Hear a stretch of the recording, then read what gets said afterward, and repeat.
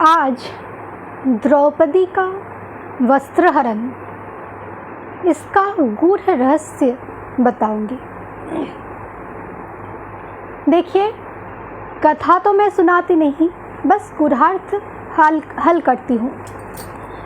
तो वस्त्रहरण भी बोलने का प्रयास करती हूँ।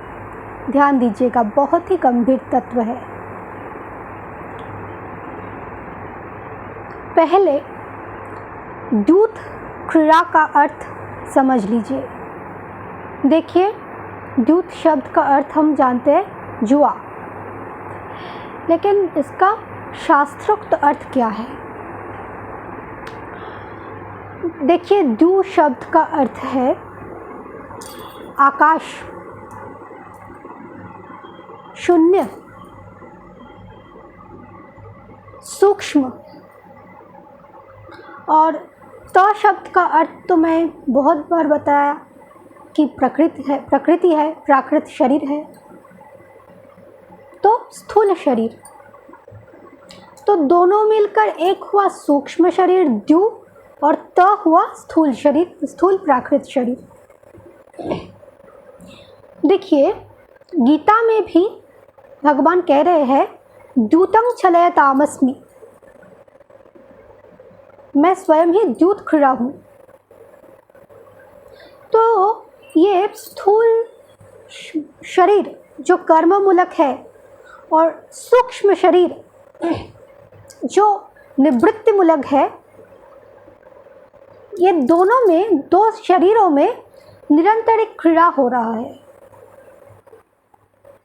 और ये क्रीड़ा कौन देख सकते हैं? क्योंकि ये क्रीड़ा निरंतर हो रहा है, सबके धाराकाश में हो रहा है, लेकिन देख वही सकते हैं जिसे अनन्य कृष्ण प्रेम द्वारा, कृष्ण भक्ति द्वारा, कृष्ण शरणागति द्वारा कृष्णा शक्ति यानी कि कुंडलिनी शक्ति जागृत हुआ। वही अपने धाराकाश में ये क्रीड़ा, ये युद्ध देख सकते हैं। अब कुंडलिनी शक्ति कौन है? ये द्रौपदी। कैसे ये द्रौपदी कुंडलिनी शक्ति है? देखिए, यज्ञ कुंड से द्रौपदी का उत्पत्ति हुआ। यह यज्ञ कुंड क्या है? जज जो ज्ञान स्वरूप है, अर्थात ज्ञानाग्नि द्वारा इस द्रौपदी तत्व का उत्पत्ति हुआ, जो मोक्ष द्वार तक पहुंचना चाहते हैं, उस साधक को जो द्रुतपदगामी बनाकर उस अंतिम सीमा तक मिलाते हैं, वो तत्व है, वो कुंडलिनी शक्ति है। अग्नि कुंड, ज्ञानाग्नि कुंड से उत्पन्न हुआ द्रौपदी शक्ति, कृष्णा शक्ति, जो कृष्ण कृपा से उत्पन्न होते हैं, जाग उठते हैं। तो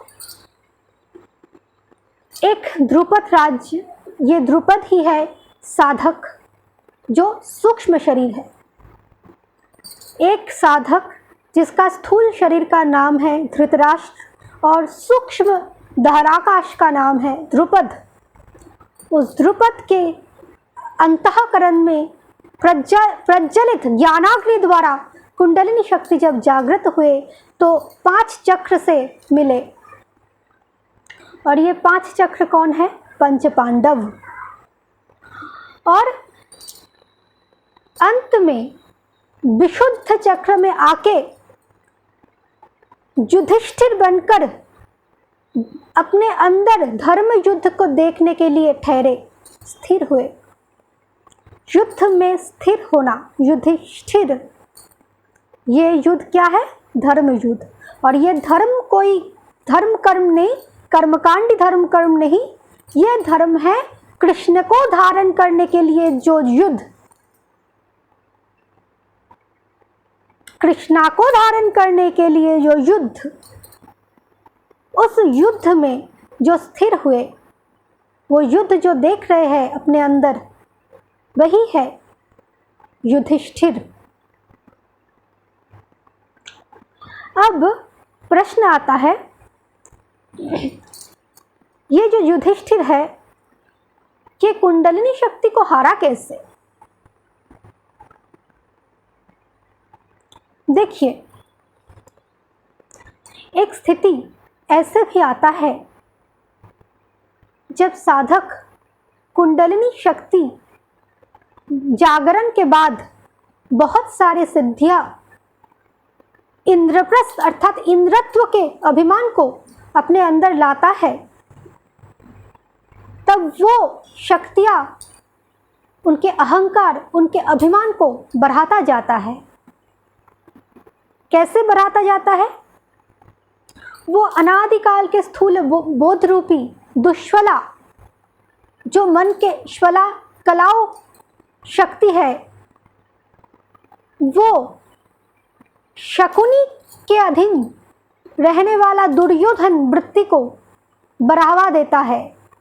और ये दुर्योधन कौन है? दुर्योधन जो परम धन से दूर रखता है, वो दुष्फला का अहंकार, अभिमान वृत्ति है दुर्योधन। जहां दुर्योधन रूपी अभिमान है वहां पतन निश्चित अनिवार्य है। तो जब साधक दुष्फला रूपी छला कलाओं के बात सुने तो शकुनी के अधीनस्थ दुर्योधन वृत्ति को स्वीकारा, अर्थात जो भगवान से दूर कर देते हैं। तब भूल गए वो जो शक्ति उसे मिला वो कृष्ण कृपा से मिला, वो समझने लगे वो शक्ति उनके पत्नी है। वो उस शक्ति को अपना संपत्ति मान लिया और इसका दुरुपयोग करने लगे। तो क्या किया युधिष्ठिर ने द्रौपदी को, उस शक्ति को दांव में लगाया। देखिए, जिसका लक्ष्य महाप्रस्थान होता है अर्थात मोक्ष होता है, महाप्रस्थ होता है, उससे पहले इंद्रप्रस्थ को हारना ही पड़ता है। आपात दृष्टि से देखने में, बाहरी दृष्टि से देखने में ये लगता है कि ये पतन हुआ, लेकिन जो कृष्ण के शरणागति द्वारा कृष्णा को पाया है उसका पतन तो कभी हो ही नहीं सकता। यह तो भगवान का चैलेंज है, न मे भक्त प्रणश्यति। लेकिन इस पतन का आभास कराना अत्यंत जरूरी है, क्योंकि इंद्रत्व जो कर्तृत्वाभिमान है उसको भी तो छोड़ना पड़ेगा, तब जाके मोक्षकामी होगा, महाप्रस्थानकामी होगा, भारत महाभारत बनेगा।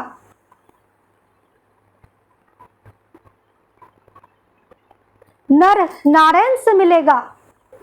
विराट पर्व में कारण शरीर में जाके कठोर तप करना पड़ेगा।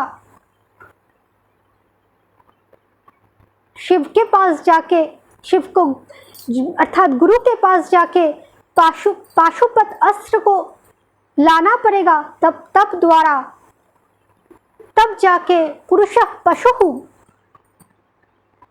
पुरुष रूपी जो जीव है, जीवत्व है, उसके बंधन से मुक्त होगा वो। तो ये सब करने के लिए क्षणिक पतन का आभास कराना आवश्यक है, ताकि इंद्रप्रस्थ पाके वो मदमत्त ना हो जाए, कुंडलिनी शक्ति को अपना संपत्ति ना मानने लगे।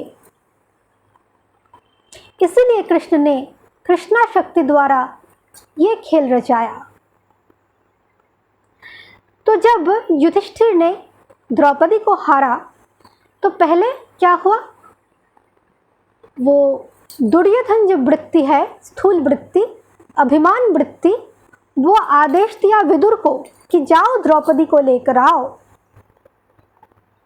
और विदुर ने क्या कहा, तुम अपना स्वयं ही अपनी मृत्यु के कारण क्यों बन रहे हो? इसका अर्थ क्या है? विदुर का अर्थ क्या है? देखिए, जो वेद है, जो वेदज्ञ है, जो वेद को धारण किया वो है विदुर। अब विदुर के जो कहने का तात्पर्य है वो क्या है? देखिए, वो युधिष्ठिर ने दुर्योधन वृत्ति द्वारा जीतना चाहा शक्ति सिद्धि को, कुंडलिनी शक्ति को, द्रौपदी को, अपने भोग विलास के लिए वो सिद्धि को अपना संपत्ति मान के प्रयोग किया। इसका फलस्वरूप क्या हुआ? वो जो पत्नी द्रौपदी वो स्वयं पातंजलि बने, अर्थात वो पतन, उस दुर्योधन का पतन, स्थूलत्व बोध का पतन बनकर उस सूक्ष्म राज्य का, पांडव का पुरुष के साथ, योगेश्वर के साथ योग सूत्र समन्वय किया, योग सूत्र स्थापित किया। तो द्रौपदी यहां बन गए पातंजलि।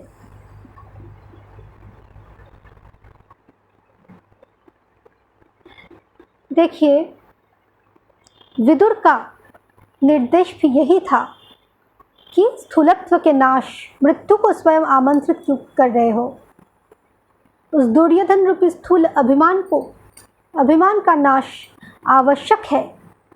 इसलिए वेदांत सूत्र और योग सूत्र दोनों को मिलाकर जो निर्देश होता है वही विदुर ने निर्देशित किया। वो आजकल बहुत सारा हो रहा है ना, हठ क्रिया, तंत्र साधना, और नेट में तो भरे पड़े हुए हैं 30 मिनट में कुंडलिनी शक्ति को जागृत करो। तो करो 30 मिनट में कुंडलिनी शक्ति जागृत, हठ क्रिया द्वारा, कोई भी क्रिया द्वारा, और मरो। सिद्धि को प्राप्त करके भ्रष्ट हो, क्योंकि तुम्हारा लक्ष्य महाप्रस्थान तक नहीं। सिद्धि के चक्कर में लोभ लालच में पड़ के फिर से आओ कुत्ते बिल्ली गधे के योनि में। तो यही है असली तत्व कि स्थूलत्व के नाश, पातंजल। अब विदुर ने जब निर्देश किया, उसके जब नहीं माना दुर्योधन के बात, तब वो साधक अपने को दीन माना, अर्थात माया के सेवक बने, दास को भेजा द्रौपदी के पास। अर्थात दास को भेजा मतलब स्वयं भक्तदास ना बनकर माया का दास बन के गया, उस सिद्धि को जगाने, कुंडलिनी को प्रयोग करने। नहीं हुआ, क्योंकि भक्तदास जाते, कृष्णदास जाते तो वो सहज ही जागृत होते, क्योंकि वो जागृत हो ही है, होकर ही रहा है।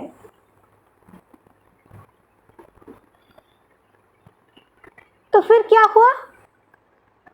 जब इस प्रकार नहीं हुआ, सरलता से वो सिद्धियां नहीं आई, तब शासन करने लगे। थोड़ा बहुत सिद्धि से शासन करने लगे उस कुंडलिनी शक्ति को।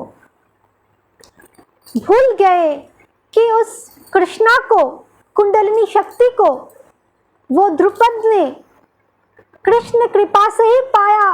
कृष्ण कृपा द्वारा ही पंच कोश के, पंच प्राण के, पंच चक्र के वो पत्नी बने योगेश्वर से मिलाने के लिए। द्रुपद राज्य में ही विवाह हुआ। विवाह माने विशेष वार्ता वाहक।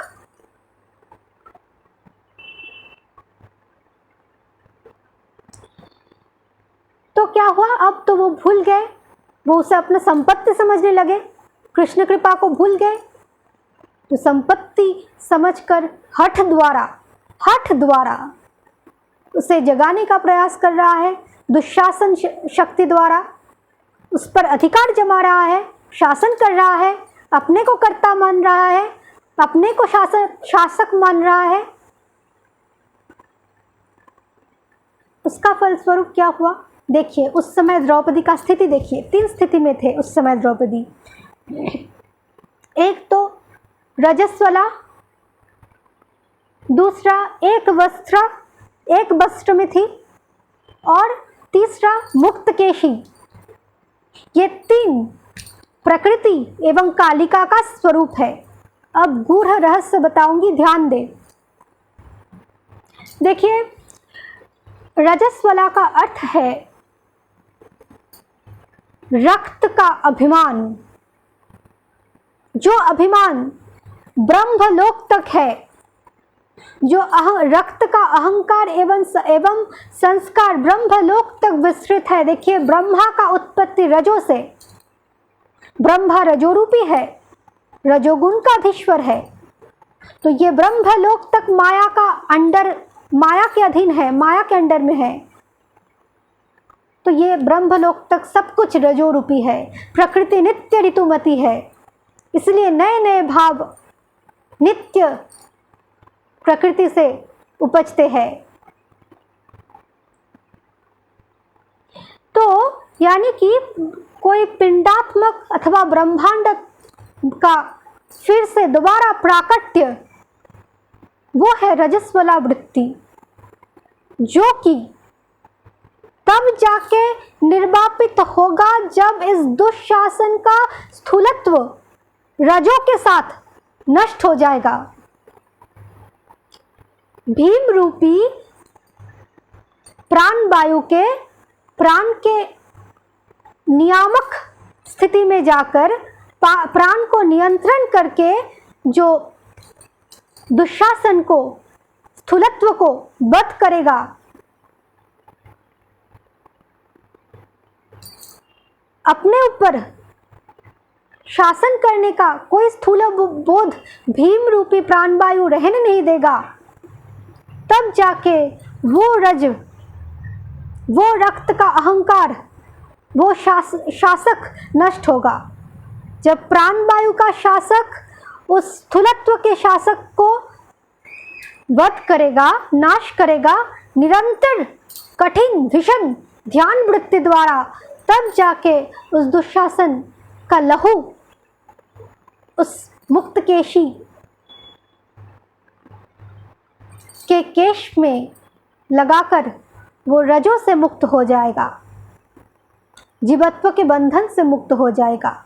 अब मुक्तकेशी का अर्थ क्या है? मुक्तकेश, क्योंकि द्रौपदी ने तो प्रण लिया था ना कि जब तक दुशासन के छाती का लहू अपने केश में ना लगाएगा तब तक वो केश ऐसे ही खुला रहेगा। इसका अर्थ समझिए। देखिए, उस समय द्रौपदी मुक्तकेशी था और वो दुशासन ने क्या किया, उस आकर्षणी शक्ति को, जैसे कृष्ण आकर्षण है, उसका शक्ति कृष्ण आकर्षणी शक्ति है, तो उस आकर्षणी शक्ति को केशाकर्षण द्वारा घसित कर ले गए राजसभा तक। तो चंडी में लिखा हुआ है कि देवी चंडिका के जो केश है, काली के जो केश है, वो यम पाश से मुक्त करने वाले हैं संयम द्वारा। वो साक्षात जम है, वो तत्व यम है जो संयम द्वारा यम पाश से साधक को मुक्त करता है। तो इसलिए दुशासन ने जो किया, उस मुक्त केश को हठ क्रिया द्वारा, हठ योग द्वारा जागृत करने की कोशिश की। इसीलिए कोशिश की क्योंकि अंत में उसे वही मुक्त केश मुक्त करेगा। कैसे मुक्त करेगा? वो रजो को भीम द्वारा पान करके फिर केश से मुक्त करेगा, यम पाश से मुक्त करेगा। और अंतिम है, एक वस्त्र थी। एक वस्त्र का अर्थ क्या है? देखिए, पहले वस्त्र शब्द का अर्थ समझिए। वस्त्र, त्र मतलब तीन, जहाँ त्रिगुण वास करते हैं वही अविद्या माया आवरण है।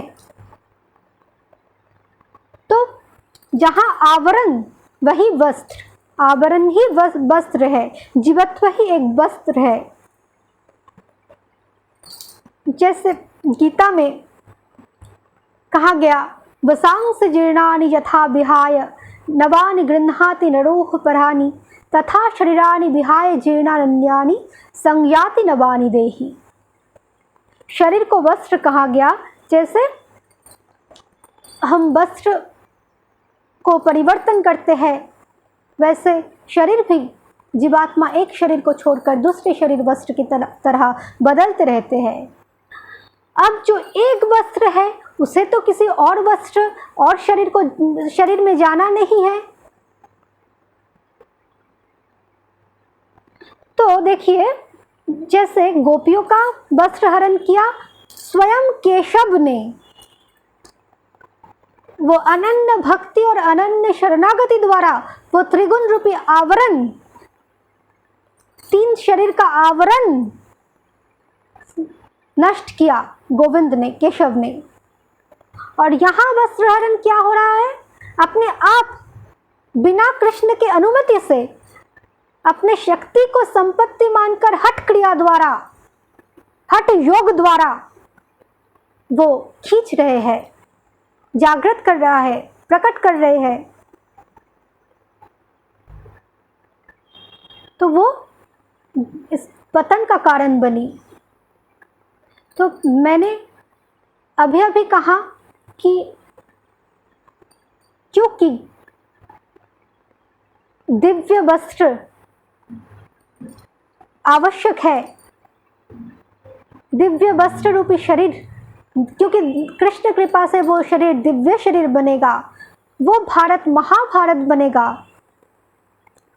विराट राज्य में जाना है, वनवास के दीनता को लाना है। इसलिए कृष्णा शक्ति शिथिल हो गया। वहाँ कृष्ण इच्छा से वहाँ कृष्णा शक्ति शिथिल हो गया, कृष्ण के शरण में चले गए। वो कोई काम नहीं आया, उससे कोई हानि नहीं पहुँचा, क्योंकि जिसकी शक्ति है कृष्ण के शक्ति वो अपने पास रख लिया और उन लोगों को, मतलब उन साधक को अकेला बना दिया, दिनहीन बना दिया, सारे शक्ति छीन कर, ताकि उसे और ज़्यादा साधना का तप का ज़रूरत है। वनवासी बनना ज़रूरी है, दिनहीन बनना ज़रूरी है, आकाश का साधना करना ज़रूरी है, आकाश मार्ग का, तब जाके परिपूर्ण महाभारत होगा। अब देखिए, जब दुशासन ने द्रौपदी को खींचकर राजसभा में लाए तो एकमात्र विकर्ण ने इसका प्रतिवाद किया।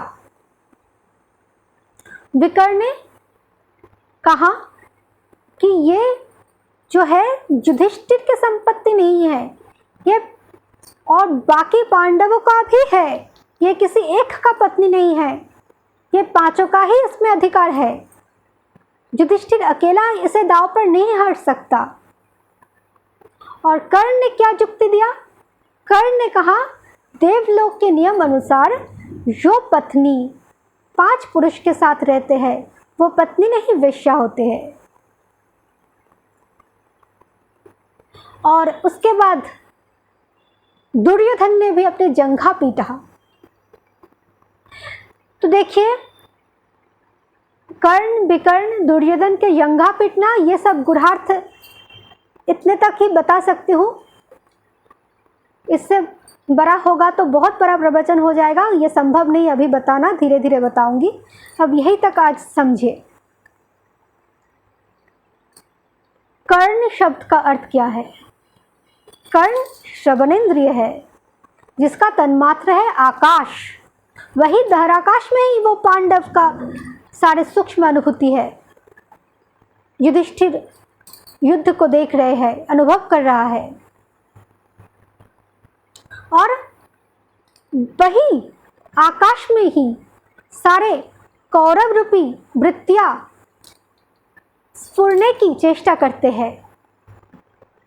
सारे कौरव रूपी वृत्तियों के स्फुरन वही आकाश में ही एक शून्य अवस्था में ही उपजते हैं, फिर वो स्थूल कर्म करने का चेष्टा करते हैं। तो ये जो विकर्ण है वो अनादिकाल, ये जो कर्ण है वो अनादिकाल से इन विकार के वशीभूत है, स्थूल बोध के वशीभूत है, क्योंकि उनके द्वारा ही कर्म करता है कौरव। तो इसीलिए वो कौरव सेनाओं को, कौरव को अपना मित्र समझते हैं, लेकिन है वो महाज्ञानी, इसलिए उसके अंदर जो विवेक है वो विकर्ण है, जो विशेष कर्ण है, विशेष वृत्ति है, जो उसे महाशून्य तक मिलाने का प्रयत्न कर रहे हैं, वो विकर्ण है। लेकिन कर्ण बंधा हुआ है संस्कार में, स्थूलत्व के संस्कार में, इसलिए वो कौरव का साथ दे रहे हैं। अब जो दुर्योधन ने किया जंघा पीठा, इसका अर्थ क्या है? देखिए, जंघा शब्द का अर्थ है महितल। महितल का अर्थ है पृथ्वी, जहां से पार्थिव विकार व्यक्त होता है, पार्थिव प्रपंच, रसमय प्रपंच व्यक्त होता है। तो वो दुर्योधन ने कहा जंघा पीट कर वही द्रौपदी को बिठा दो, अर्थात वो रसमय प्रपंच को भोग करने के लिए उस कुंडलिनी शक्ति को जागृत कर रहा है। वो आदेश दे रहा है कि उसकी शक्तियां, सारे सिद्धियां, सब कुछ प्रपंच के लिए हो, पार्थिव शरीर के भोग के लिए हो। तो इसलिए क्या हुआ, गदा द्वारा दुर्योधन का उरुभंग हुआ। अंत में गदा शब्द, देखिए गद धातु से व्यक्तता शब्द आता है। गद धातु का अर्थ है व्यक्तता। तो ये पार्थिव विकार जो व्यक्त हुआ है, उसे जब अव्यक्त करना हो तो अनन्य कृष्ण शरणागति द्वारा पांचाली शक्ति के भीषण आकार द्वारा पवन पुत्र प्राण के गति का शासक बन के कृष्ण भक्ति में तल्लीन होकर कृष्ण के हाथ के कठपुतली बन के कृष्ण के नियम अनुसार प्राकृत नियम को तोड़कर वो गदा द्वारा उस व्यक्तता को, रसमय प्रपंच को अव्यक्त करता है। तब जाके खत्म होता है ये महाभारत का युद्ध। तो ये है द्रौपदी के वस्त्रहरण का संपूर्ण गूढ़ार्थ। धन्यवाद।